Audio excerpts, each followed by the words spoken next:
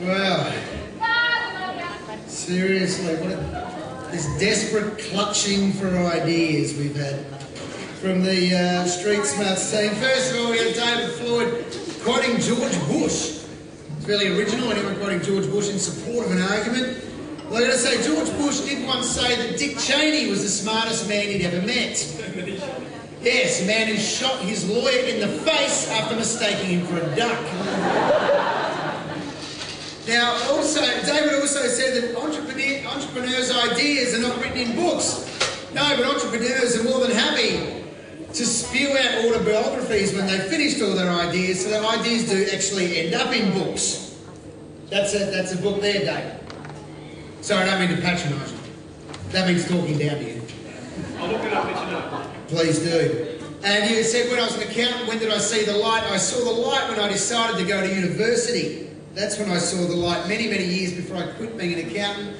I remember I was at boarding school and I used to go home on holidays, and my dad, a farmer, who left school in year 7, used to get me out on the farm, drenching sheep, picking stumps, doing all the crap work on the farm. And he used to say to me in my holidays, if you don't study and work hard, you'll be doing this shit for the rest of your life. Thank you. Then we had Dylan. Can I just point out that earlier in the night, Dylan found my notes and he penned on one of my bits of paper a cock and 2 balls. Yes. Then when Dylan got up here, he told me that my mama could suck his dick. How wonderfully choice. Then he admitted to being a book-learned nerd, but said that he's slumming it. I'll have you know that Dylan has spent the last 12 months living in Queen's Park in London. Dylan ain't slumming it, ladies and gentlemen. Dylan's doing very nicely. Now, I don't even know why we're here. Book smarts versus street smarts. This question was answered last year categorically in a very reliable, scientifically conducted experiment in Series 3 of The Apprentice by Donald Trump. When he pitted book smarts against street smarts, who won, ladies and gentlemen? Kendra, the Harvard graduate, with book smarts. That's right. What would Dr. Phil say? Can you imagine if Dr. Phil was just Phil?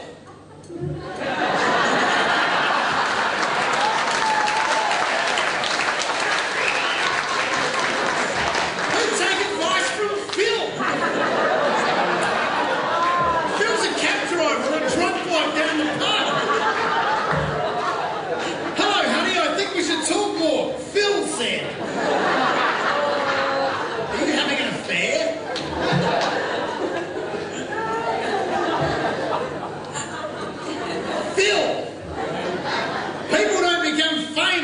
One name, ladies and gentlemen. Unless, of course, you're Bono or Madonna or Cher or Lehmo. If I had the qualifications, I'd be Dr. Lehmo, I can tell you that right now.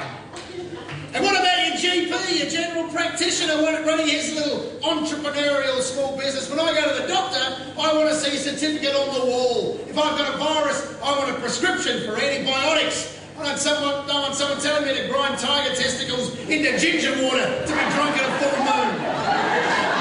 Moonbeam, right? Not me.